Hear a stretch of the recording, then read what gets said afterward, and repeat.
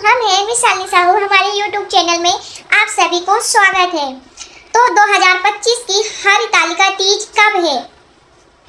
और जो हरतालिका तीज जो पहली बार व्रत रख रही है वो जरूरी बातों का ध्यान रखें। तो इसमें आप लोगों को जो महिलाएं सोचती हैं कि जो व्रत एक बार उनका टूट जाता है या छूट गया या कब उठाएं, तो इस वीडियो में आप लोगों को हम बताएंगे। और जो महिलाएं जल पीकर व्रत रखती हैं, जो महिलाएं निर्जला रखती हैं, तो उस बारे में हम बात करेंगे। तो कुछ ज़रूरी महत्वपूर्ण बातें हैं तो आप लोगों के साथ हम लोग शेयर करेंगे। हाँ, आप लोग ना सब्सक्राइब करना मत भूलिएगा। जो लोग नए हैं वो लोग चैनल को सब्सक्राइब ज़रूर करें ताकि न्यू वीडियो का आप लोगों को नोटिफिकेशन सबसे पहले मिल जाए। हरतालिका तीज 2025 का हम व्रत करते हैं। तो 2025 का ना हरतालिका तीज कब है? 2025 का हरतालिका तीज कब है? तो ये अगस्त में पड़ रहा है। 26 अगस्त को मंगलवार का दिन पड़ रहा है। तो ये सुहागन महिलाएं व्रत करती हैं और ये सभी अपने वर के लिए व्रत रखती हैं कि अखंड आयु, उम्र, सुख शांति, सुखमय जीवन हो। तो ये माता पार्वती और शिव जी की इस हरतालिका तीज में पूजा होती है। जो आप लोगों का हमेशा एक सवाल रहता है कि क्या गर्भवती महिलाएं व्रत रख सकती हैं? अगर रखें तो वो कैसे रखें? उनकी थोड़ी वीकनेस होती है, वो बच्चे के कारण व्रत नहीं रख पाती हैं, उनको बहुत वीकनेस लगती है।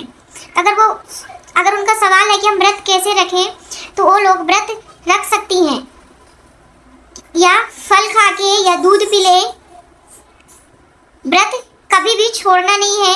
हाँ, एक मतलब किसी अवस्था में अगर चाहे तो व्रत रखना चाहिए। अगर ना रख पाए, उनका डॉक्टर उनको मना किया है कि तुम व्रत नहीं रख सकते हो, तो उसमें उनके पति व्रत रख सकते हैं। लेकिन ये व्रत हरतालिका तीज का छोड़ना नहीं चाहिए, बीच में नहीं छोड़ना चाहिए कभी भी।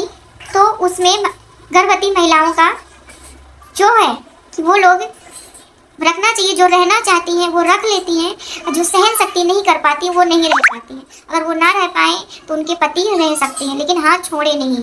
तो जो लोग व्रत नहीं रख पाती हैं तो उनके पति देव रखते हैं, तो वो लोग साथ में पूजा शिव और पार्वती माँ की पूजा जरूर करें।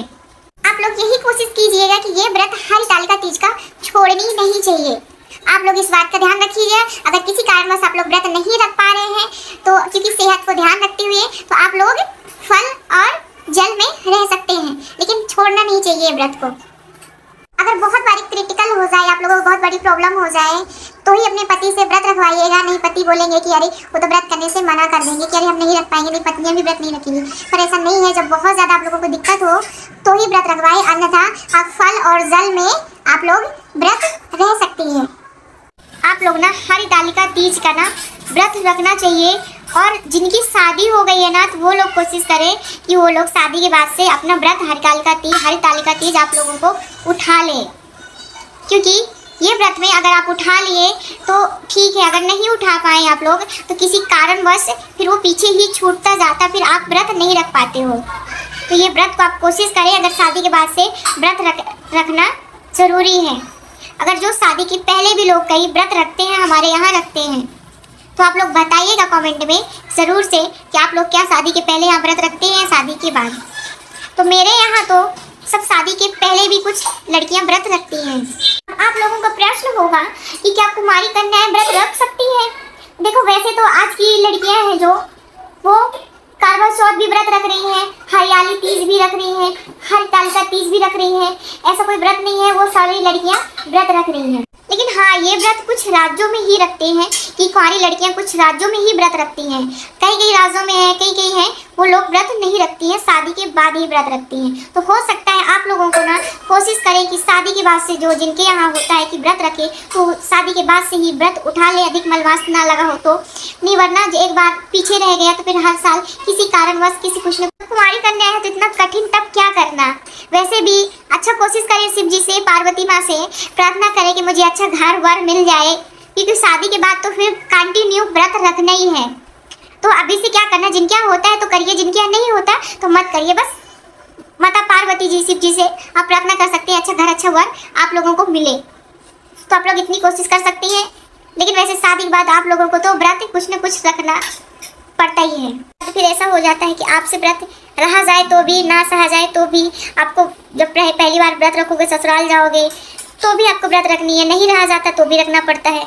इससे अच्छा जिनके यहाँ होता है तो कीजिए, और जिनके यहाँ नहीं होता है तो मत कीजिए, तो शादी के बाद कीजिएगा। अब आप लोगों का क्या है, अगला प्रश्न क्या है कि हम पूजा कब करें और पूजा हमको कब करना चाहिए। अब कहीं कहीं किसी किसी राज्यों में और किसी किसी की यहाँ परंपरा ऐसी है कि वो लोग ना 3 टाइम की पूजा करते हैं। तो अब हम लोगों के यहाँ क्या है, हमारे यहाँ ऐसा है कि जैसे आप लोग, हमारे यहाँ सिर्फ शाम को पूजा होती है, हरतालिका तीज के दिन हमारे यहाँ शाम को पूजा होती है और सुबह नॉर्मल पूजा होती है। जैसे आप लोग हमेशा पूजा करते हैं वैसी सुबह होती है, लेकिन हाँ भोरे भोरे होती है 5 बजे। पहले तो 4 बजे उठते थे, लेकिन अब 5 बजे, और ना किसी से बात करके गूंगे जैसे आप लोग, या किसी के यहाँ तालाब है, नदी है तो वहाँ सब नहाने जाती हैं, और हो सकता है तो जाती हैं, और नहीं है तो आप लोग घर में नहा लीजिए और सुबह पूजा कीजिए। उसके नहाने के बाद ही फिर आप लोग किसी से बात कर सकते हो, वरना जब तक आप नहाओगे नहीं तब तक किसी से बोल नहीं सकते हो, सिर्फ चुप रह सकते हो। तो सुबह आप नॉर्मल पूजा कीजिएगा, और हमारे यहाँ तो शाम को पूजा होती है। और हमारे यहाँ निवाड़ साइड, जो हम निवाड़ के नहीं हैं, निवाड़ साइड जो पूजा होती है उन लोगों के यहाँ 3 बार पूजा होती है हरतालिका तीज में। तो आप लोगों को आई होप समझ आ गया होगा, और अपने हिसाब से जो आपके घर में होता है उस विधि विधान से आप लोग देख लीजिएगा कि कैसे पूजा करते हैं। आप लोगों का अगला सवाल क्या है कि क्या ये हरतालिका तीज में सोया नहीं जाता, नींद आ जाती है, लोग सोते हैं तो बोलते हैं, हमारे यहाँ बोलते हैं जो खाट में सोते हैं तो बोले खटकिरवा बनते हैं, और जो लोग सोते हैं और किनके यहाँ क्या भाषा बोलते हैं अजगर बनते हैं। कथा में तो हाँ लिखा है कि जो लोग दिन में सोता है रात में हरतालिका तीज के दिन तो वो अजगर बनता है। तो कहने का तो क्या है कि कुछ लोग बोलते हैं कि मिठाई खाओगे तो चींटी बनोगे, और कुछ लोगों का कहना है कि फल खाओगे तो बंदरिया बनोगे। तो सब लोगों के यहाँ ये कथा में जो लिखा है तो सब लोगों के यहाँ कहावत वही है। सब लोग बोलते हैं हाँ सोना तो नहीं चाहिए। ये हरतालिका तीज बहुत ही कठिन तप का व्रत है, लेकिन हाँ ऐसा कुछ नहीं है आपके यहाँ होता है, लेकिन हाँ आप लोग दिन में कुछ काम कर रहे हैं तो ठीक है। हाँ ऐसा मैं किसी को मना नहीं करूँगी कि आप लोग सो नहीं सकते हैं, लेकिन हाँ दिन में आप किसी काम में बिजी है तो किसी कारणवश तो ठीक है, वरना आप लोगों को रात को आराम करना चाहिए, सोना चाहिए, क्योंकि आपका शरीर अच्छा रहेगा तो ही आप तब कर पाओगे पूजा की। अगर आपकी सेहत अच्छी नहीं है तो आपका व्रत पूरा नहीं हो सकता है। तो आप अपने सेहत का ध्यान रखते हुए भी व्रत रखना जरूरी है।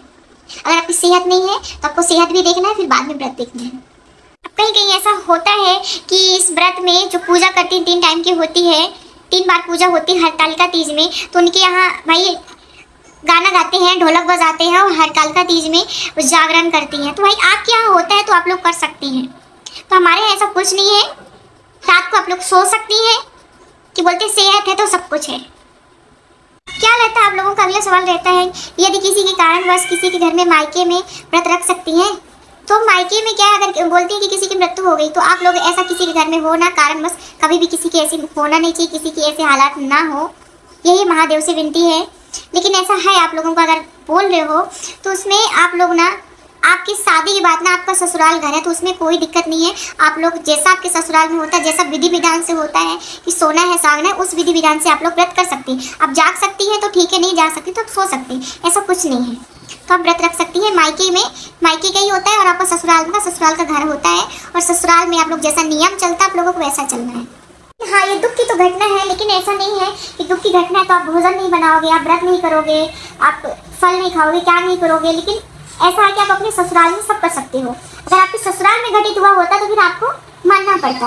यदि मायके में हुआ है तो मायके में क्या वहाँ की बहन हो, बेटी हो, तो वहाँ इतना नहीं लगता है। आप लोगों को ये बात क्लियर हो गई होगी कि क्या महिलाएं, गर्भवती महिलाएं क्या वो मेहंदी लगा सकती हैं? हाँ बिल्कुल लगा सकती है। यदि आप लोगों के यहाँ मानते हैं तो मान लीजिएगा, जो आपके यहाँ नियम हो वो मान लीजिएगा। अगर हमारे यहाँ तो मेहंदी लगाती हैं क्योंकि सुहाग की निशानी है, सारा सुहाग करना चाहिए, जैसे कोई छूटना नहीं चाहिए सुहाग की चीज़ हरतालिका तीज के दिन।